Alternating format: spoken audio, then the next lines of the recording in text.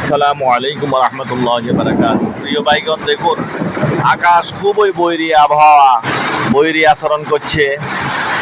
সৃষ্টিকর্তার অপোধ লীলা।